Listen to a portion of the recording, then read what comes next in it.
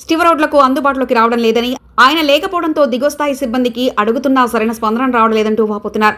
ఫలితంగా తీవ్ర నష్టాల్ని చవిచూస్తున్నామంటూ స్టివడోర్స్ ఆవేదన వ్యక్తం చేస్తున్నారు. గతంలో ట్రాఫిక్ విభాగంలో ఈ తరహా ఇబ్బందులు ఎప్పుడూ ఎదుర్కోలేదని స్టివడోర్స్ చెప్తున్నారు. ట్రాఫిక్ నిర్వహణ బాధ్యతలను సక్రమంగా నిర్వర్తించడం కూడా పోర్టు విస్మరించడం విస్మయానికి గురిచేస్తుందంటూ ఆరోపిస్తున్నారు. ఈ ఏడాది వరకు హ్యాండ్లింగ్ 90 మిలియన్ మెట్రిక్ టన్నులు దాటాలంటూ పోర్టు చైర్మన్ లక్ష్యాన్ని నిర్దేశించినా ఆ పరిస్థితులు మాత్రం ఎక్కడా కనిపించలేదు.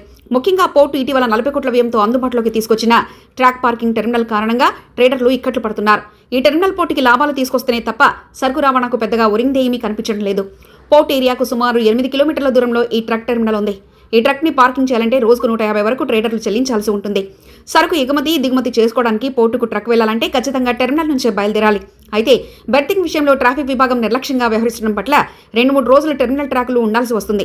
ఫలితంగా ఒక్కో ట్రక్కుకు 450 వరకు చెల్లించడంతో పాటు 16 కిలోమీటర్ల మేర డీజిల్ అదనపుగా భారం పడుతుంది. ఈ కారణంగా వచ్చిన లాభాలన్నీ పోర్టుకే జమ చేయాల్సి వస్తుందంటూ స్టివడోర్స్ వాపుతున్నారు. మౌలిక సదుపాయాలపైన కనీస దృష్టి సారించడం లేదని, ఈ వ్యవహారాన్ని డిప్యూటీ చైర్మన్ దృష్టికి తీసుకెళ్లేందుకు ప్రయత్నిస్తున్నా ఆయన పట్టించుకోవడం లేదంటూ ఆరోపిస్తున్నారు.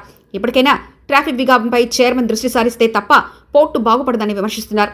ఈ పద్ధతి ఇలాగే కొనసాగితే స్టివడోర్స్ అంతా పక్కనే ఉన్న గంగవరం పోర్టు వైపు అడుగులు వేసే ప్రమాదం ఉందని హెచ్చరిస్తున్నారు.